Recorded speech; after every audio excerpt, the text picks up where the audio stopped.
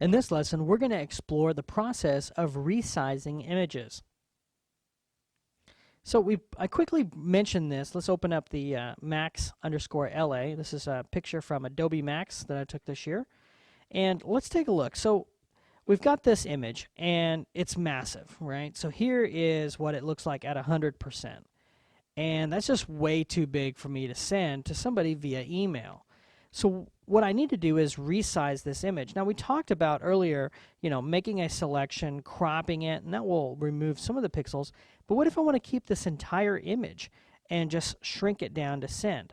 Well, if I want to shrink it permanently, that's one option. If I want to do it just for a second or temporarily, that's another option. So if we're going to do it temporarily, we're going to do it just like I did in lesson 2, which is save for web and devices. And when this dialog box comes up, we're just going to type in right here under this image size, width, and height, the exact size we want. So let's say something like 512. Click once. It will automatically resize and figure out what that needs to look like. But what if I'm going to use this in some other publication and I know exactly what size I need it to be at? Well, we can do a more permanent size restructure by going into Image, Image Size, and here we can put in our own numbers. Now, you have an image dimension and a document size. This is essentially the size at which it's going to print at. Now, if you don't like to work in pixels, you can work in percent, or you can just type in this information down here. So if I say, all right, let's actually make this 50% of what we're trying to do, you'll notice that the size of the document has changed to 5 inches by 7 instead of what it was originally. So when I say OK, notice now if I go to 100%, that's what it looks like. It's half the amount of data.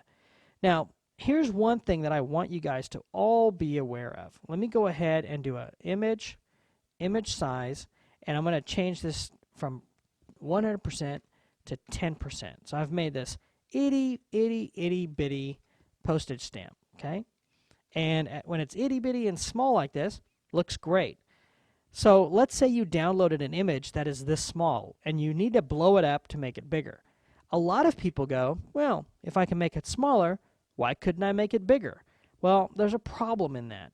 If I go to image size and I go, oh, I want to print this at 5 inches wide and say, okay, this is what my image is going to look like. It's going to be nasty, pixelated, and doesn't have any data in there at all. Okay, I'm going to look at this, and here's my original. Hit F12. Here's the amount of data in the original, and here's after. Okay, so the data, it just isn't there. So as a rule, you always can scale down. Not a problem to scale down, but you should hardly ever, unless you're just in an emergency situation. Even then, I wouldn't recommend it. You should never really scale up from an image because the data just isn't there to support a really nice looking image unless you're talking about a vector image. So, just keep that in mind as you scale your images up and down.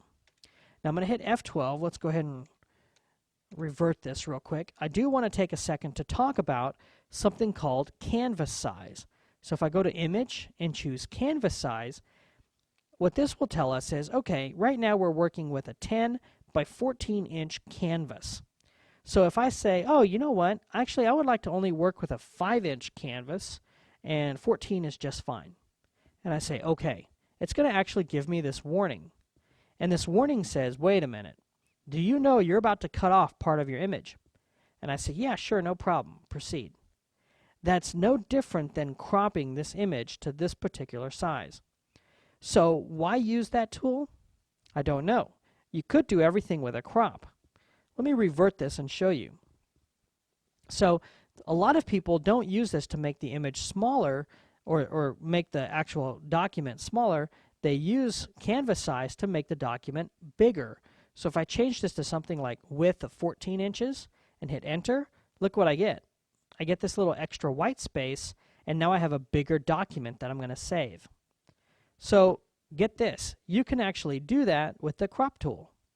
So if I click and drag my crop tool, and then I come back and I click and I drag one of these sides, I can add as much space or as little space as I need, And when I activate this tool by hitting enter or double clicking, I essentially get the same effect.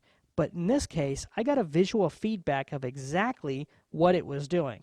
So in any doubt, if you have to scale, just remember, scaling down, not a problem. When you do scale down, save the image as something else, because you don't want to scale down your original and then be stuck with it. Don't ever scale up unless you absolutely have to, and in that case, try not to. And then if you actually need to add some more space or remove some of your document size, use your crop tool instead of the image canvas size.